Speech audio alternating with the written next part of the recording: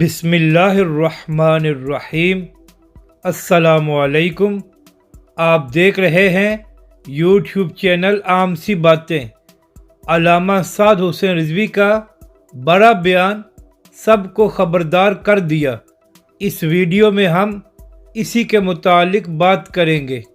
ناظرین کرام، عمران خان صاحب نے اسمبلیاں تحلیل کر کے اگلے 3 ماہ میں عام انتخابات کرانے کا اعلان کر دیا ہے، جبکہ دوسری جانب اپوزیشن سپریم کورٹ چلی گئی ہے اور وہاں پر بھی کیس چل رہا ہے، اور امید یہی ہے کہ آج کوئی نہ کوئی فیصلہ سامنے آ جائے گا۔ مگر سپریم کورٹ جو بھی فیصلہ کرے، نظر یہی آ رہا ہے کہ آنے والے 5 مہینوں میں عام انتخابات ہو جائیں گے۔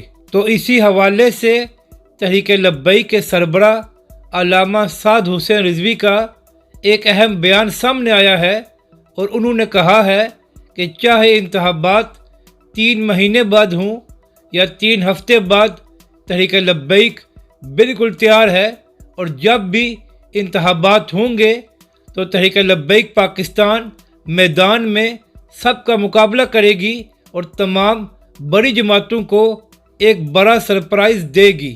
اور اس کے علاوہ سابقہ وزیر داخلہ شیخ رشید صاحب بھی یہ کہہ چکے ہیں کہ تحریک لبیک پاکستان پنجاب سے 15 سے 20 سیٹیں جیت سکتی ہے۔